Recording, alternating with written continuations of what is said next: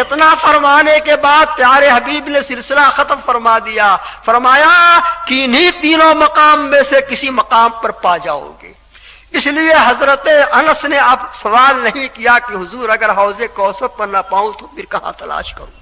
حضور نے خود ہی ارشاد فرمایا یا تو پل صراط ہے، یا میزان عدل ہے، یا حوض کوثر ہے، کہ میری امت ان تینوں مقاموں پر ہوگی، اور کٹھن مقامات یہ ہیں تو ان پر میں کرم فرماتا ہوں گا۔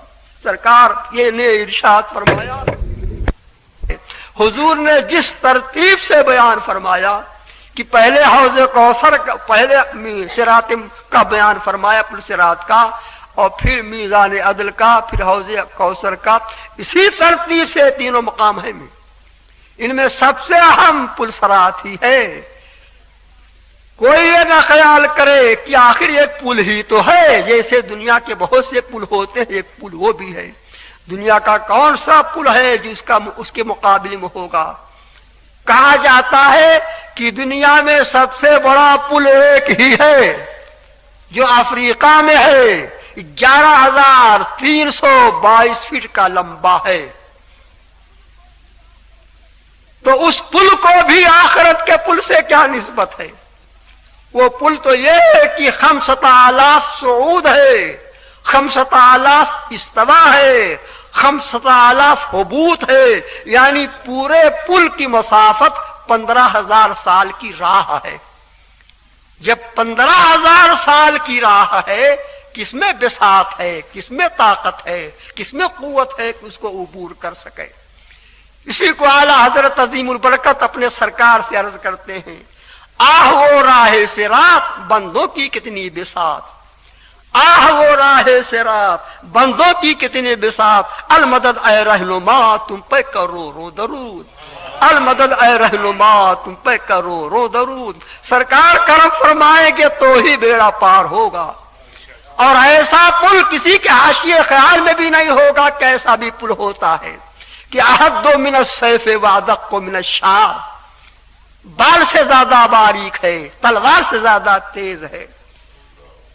تو جب بال سے زیادہ باریک ہے، تلوار سے زیادہ تیز ہے، اور تلوار پر پاؤں رکھنا دشوار ہے، وہ تو تلوار سے بھی زیادہ تیز مقام ہے، وہاں پاؤں رکھنا ہوگا، وہاں چلنے کو کہا جائے گا۔ اعلی حضرت عظیم البرکت اس کو یوں فرماتے ہیں کہ راہ تو تیغ پر اور تلووں کو گلے خار ہے کیا ہونا ہے۔ ہمارے آپ کے پاؤں کے تلوے میں معمولی کانٹا اگر چبھ جائے تو اس قدر تکلیف ہوتی ہے کہ غم کے ضبط کی وجہ سے آنسو نکل پڑتے ہیں شدت غم سے، اور یہ بھی ہوتا ہے کہ آدمی چیخ اٹھتا ہے، چلا اٹھتا ہے، تو معمولی کانٹا کی تکلیف نہیں برداشت کر سکتے، اور وہاں تو تلوار کی دھار پر پاؤں رکھنا ہے۔ اسی کو اعلی حضرت فرماتے ہیں کہ راہ تو تیغ پر اور تلووں کو گلے خار ہے کیا ہونا ہے، اور ہے بھی کہاں وہ پل، اللہ اکبر، علامت جہنم، جہنم کی پشت پر ہے، جہنم کی پشت پر وہ پل ہے۔ دائیں دیکھو تو بھڑکتے ہوئے شعلے ہیں، بائیں دیکھو تو دہکتے ہوئے انگارے ہیں۔ اعلی حضرت عظیم البرکت اسی کو فرماتے ہیں کہ بیچ میں آگ کا دریا حائل، قصد اس پار ہے کیا ہونا ہے۔ یہی راہ ہے، کس راہ کو کسی نے طے کر لیا وہ کامیاب ہوا، جنت میں پہنچ گیا۔ اللہ اکبر، قیامت کے میدان کا یہ عظیم پل ایسا عظیم پل ہے کہ جب تک پیارے آقا کرم نہ فرمائیں گے سب کے لیے عظیم خطرہ ہے۔ مصطفیٰ جس کو چاہیں گے اس کے لیے آسان ہے۔ ہمارے سرکار مدینہ کے تاجدار نے ارشاد فرمایا کہ میری امت جب پل صراط پر ہوگی تو ان میں کیسے کیسے لوگ ہوں گے، بعض کا کیا حال ہوگا، تو فرمایا اذا اسف الصراط بامتی نادوا محمدا ہوا محمدا فبادروا من شدت اشفاقی علیہم وجبریل آخذ بحجزتی فنادی رافعا صوتی رب امتی امتی لا اسالک اليوم بنفسی ولا فاطمة ابنتی والملائکۃ قیاما عن یمین الصراط وعن یسارہ رب سلم سلم۔ اس کا ترجمہ یہ ہے کہ حضور ارشاد فرماتے ہیں کہ پل صراط پر جب جانے کا وقت آئے گا، پاؤں رکھنے کا وقت آئے گا، تو میری امت کے ایسے بھی افراد ہوں گے کہ عرض کر رہے ہوں گے سرکار کرم کیجئے، آقا عظیم خطرہ ہے۔ اعلی حضرت اس کو یوں فرماتے ہیں، رحمت للعالمین تیری دہائی دب گیا، رحمت للعالمین تیری دہائی دب گیا، اب تو مولا بے طرح سر پر گناہ کا بار ہے۔ سرکار کی بارگاہ میں صبر کرتے ہوں گے۔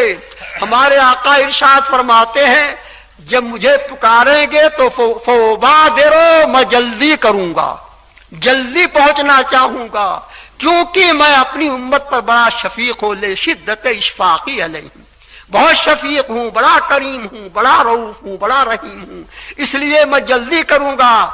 مولانا حسن رحمت اللہ علیہ فرماتے ہیں کہ ہمارے سرکار جلدی فرمائیں گے تو فرماتے ہیں کہ ہزار جان فدا نرم نرم پاؤں سے، ہزار جان فدا نرم نرم پاؤں سے، پکار سن کے غریبوں کی دوڑتا ہوگا۔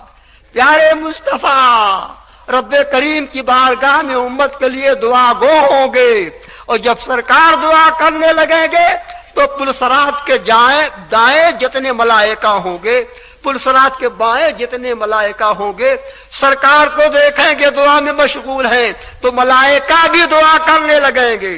بخاری شریف کی حدیث ہے اس روز کا یہ حال ہوگا جب مصطفیٰ دعا گو ہوں گے تو فرمایا وہ کلام الرسول یومئذ اللہم سلم سلم، وہ دعا الرسول یومئذ اللہم سلم سلم۔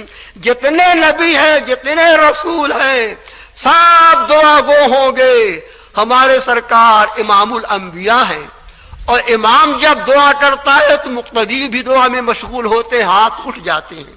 ہمارے سرکار جب دعا کرنے پر آئیں گے تو میدان قیامت کا نقشہ ہی بدل جائے گا۔ سبحان اللہ، ایسا نقشہ بدلے گا میدان قیامت کے۔ سرکار کی امت کے وہ اخیار ہیں، اولیاء کرام ہیں، صلحاء اور صالحین ہیں، میاں ان کے گزر کا تو عجیب عالم ہوگا۔ حدیث میں ارشاد فرمایا کہ جب یہ گزر فرمانے کو ہوں گے اور پل صراط پر پہنچیں گے، اپنے پاؤں کو رکھنا چاہیں گے تو پل صراط سے جہنم سے ایک صدا بلند ہوگی، جز یا مومن، جز یا مومن فقد اطفا نور ایمان کا لہبی، اے مرد مومن جلدی سے گزر جا، تیرے سینے میں نور ایمان ہے، اس نور ایمان سے جہنم کے شعلے سرد پڑ رہے ہیں، جہنم سرد ہو جائے گی، جلدی سے گزر جا۔ اعلیٰ حضرت عظیم البرکت اسی مقام فرماتے ہیں کہ جب جہنم سے صدا آئے گی کہ تیرے سینے میں جو ایمان ہے اس کے انوار کا یہ عالم ہے کہ جہنم سرد ہو جائے گی، تو سرکار کی محبت جس کے سینے میں ہے، ایمان لایا، وہ کیا عالم ہوگا۔ تو اعلیٰ حضرت نے فرمایا عشق تیرے صدقے جلنے سے چھٹے سستے، عشق تیرے صدقے جلنے سے چھٹے سستے، جو آگ بجھا دے گی وہ آگ لگائی ہے۔ سینے میں عشق نبی کریم کی ایسی آتش روشن ہے کہ جہنم کے شعلے سرد پڑ رہے ہیں۔ سبحان اللہ، سبحان اللہ، مرد مومن کا یہ حال ہوگا۔ اللہ اللہ، یہیں پر شیخ محقق مولانا شاہ عبدالحق محدث دہلوی رحمۃ اللہ علیہ ایک عظیم بات ارشاد فرماتے ہیں۔ ان کی ایک کتاب ہے زبان فارسی میں جس کا نام ہے تکمیل الایمان۔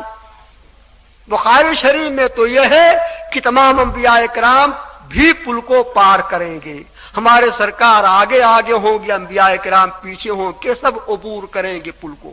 لیکن شیخ محقق نے اسی مقام پر ایک عظیم بات فرمائی کہ جب سرکار کی امت کے ایسے لوگ ہوں گے کہ وہ گزر کریں گے تو جہنم سے صدا آئے گی کہ تیرے نور ایمان سے تو شعلے سرد پڑنے جا رہے ہیں، جلدی گزر جا۔ تو اگر وہ صلی اللہ تعالی وسلم از بالائے آتش بگزرت، اگر وہ صلی اللہ تعالی وسلم از بالائے آتش گزرد آتش گلستان گردد، وہ فرماتے ہیں کہ نبی کریم رؤوف الرحیم اگر اس پل پر پار کریں، پل پر تشریف لے جائیں تو جہنم کے کو تو گلستہ اور بوستہ بناتے ہوئے جائیں گے۔ سبحان اللہ سبحان اللہ۔ اور دلیل لاتے ہیں، ایک حدیث شریف بھی نقل فرماتے ہیں حضرت عبداللہ ابن عباس سے، گو جمہور کا قول وہی ہے، لیکن ایک حدیث نقل فرماتے ہیں کہ ہمارے سرکار مدینہ کے تاجدار اس مقام پر اپنی امت کے لیے دعا فرمائیں گے، اپنی امت کے لیے دعا میں مشغول ہوں گے، سرکار گزرنا فرمائیں گے۔ اسی لیے فرماتے ہیں کہ اگر سرکار آتش کے اوپر سے، یعنی اس پل کے اوپر جس کے جہنم کی آگ ہے، وہ گزر فرمائے تو اس کو تو گلستہ اور بوستہ بناتے جائیں گے۔ اعلی حضرت بھی اسی طرح اشارہ فرماتے ہیں کہ نارے دوزخ کو چمن کر دے بہار عارض، نارے دوزخ کو چمن کر دے بہار عارض، اور ظلمت حشر کو دن کر دے نہار عارض۔ اور شیخ محقق نے ایک دلیل بھی دی ہے، ایک دلیل یہ دی کہ حضرت سیدنا ابراہیم علیہ السلام کو آتش نمرود میں ڈالا گیا، کیسی عظیم آگ تھی کہ حضرت ابراہیم علیہ السلام کو اس میں ڈالا گیا، تو فرماتے ہیں کہ سرکار کا نور ان کی پیشانی میں تھا، نور وے کی درناسی خلیل بوچے کار کرد، نور وے کی درناسی خلیل بوچے کار کرد، وہی جا کی بے واسطہ خود باشد تا کیا کند۔ فرماتے ہیں کہ آپ کا نور پیشانی خلیل میں تھا، تب کیا حال ہوا، اور اس جگہ جب خود ہی ہوگے طاقہ تب کیا حال ہوگا۔ اعلی حضرت عظیم البرکت اس کو یوں ارشاد فرماتے ہیں کہ فیض جلیل خلیل سے پوچھو، فیض جلیل خلیل سے پوچھو، آگ میں باغ لگاتے ہیں۔ حضرت خلیل اللہ جب آگ میں پہنچے تو آگ تو گلزار ہے، آگ تو وہ مہکتے ہوئے پھول کی طرح ہو جاتی ہے، اور آگ پہنچتے ہیں کہ گویا کہ باغ میں پہنچ گیا میں۔ یہ ساری چیزیں ہیں کتابوں میں کہ ہمارے سرکار کا نور ابتدا ہی سے اس سے فیض لوگ پاتے رہے، ابتدا ہی سے کامیاب ہوتے رہے۔ تو ہمارے آقا سید عالم صلی اللہ تعالی علیہ وسلم اسی بنیاد پر فرمایا کہ وہ گزرنا فرمائیں گے، دعا کریں گے۔ اور آقا کی تو عظیم شان ہے۔ حضرت سیدنا بایزید بستامی رضی اللہ تعالیٰ عنہ فرماتے ہیں لو راتنی جہنم لخمدت، اگر جہنم مجھے دیکھ لے تو بجھ جائے گی۔ یہ سیدنا بایزید بستامی وہ ہیں کہ مقدمہ شامی میں اس بات کا ذکر ہوا کہ امت کے اولیاء کرام جلیل الشان بڑے بڑے رتبے والے، ان میں کچھ کتنے ہیں جو حنفی المسلک ہیں، تو حنفی مسلک اولیاء کرام کا شمار کیا ہے، اس میں سیدنا بایزید بستامی کا بھی نام آیا ہے۔ اور تحتاوی الدر میں یہ ارشاد فرمایا کہ بایزید بستامی ایسے اللہ کے ولی ہیں کہ من عرف اسمہ دخل الجنہ، جو ان کے نام کو یاد کر لے وہ جنت میں داخل ہوگا۔ اور آپ کا نام بھی اس میں بتایا کہ مشہور بایزید بستامی سے ہیں، لیکن اسمہ طیفور بن عیسیٰ، آپ کا نام طیفور ہے۔ وہ ارشاد فرماتے ہیں کہ اگر جہنم مجھے دیکھ لے تو بجھ جائے گی۔ سبحان اللہ سبحان اللہ، ہمارے آقا کی عظیم شان ہے۔ سبحان اللہ، یہ مبارک مہینہ ہے کہ اس مبارک مہینہ میں سرکار کا ذکر جمیل ہو رہا ہے۔ اللہ تبارک و تعالی ہم کو آپ کو اس حال میں رکھے کہ ہم اللہ کی یاد میں ہوں اور اللہ کے پیارے رسول کی یاد میں ہوں کہ یاد خدا کے بعد یاد حبیب خدا ہی ہے، اور ذکر خدا کے بعد ذکر حبیب خدا ہی ہے۔ اسی میں زندگی گزرے، اسی میں کامیابی ہے، دنیا میں بھی کامیابی ہے، آخرت میں بھی کامیابی ہے۔ وآخر دعوانا الحمدللہ رب العالمین۔ کھڑے ہو کے صلاۃ و سلام کا نذرانہ پیش کیجیے۔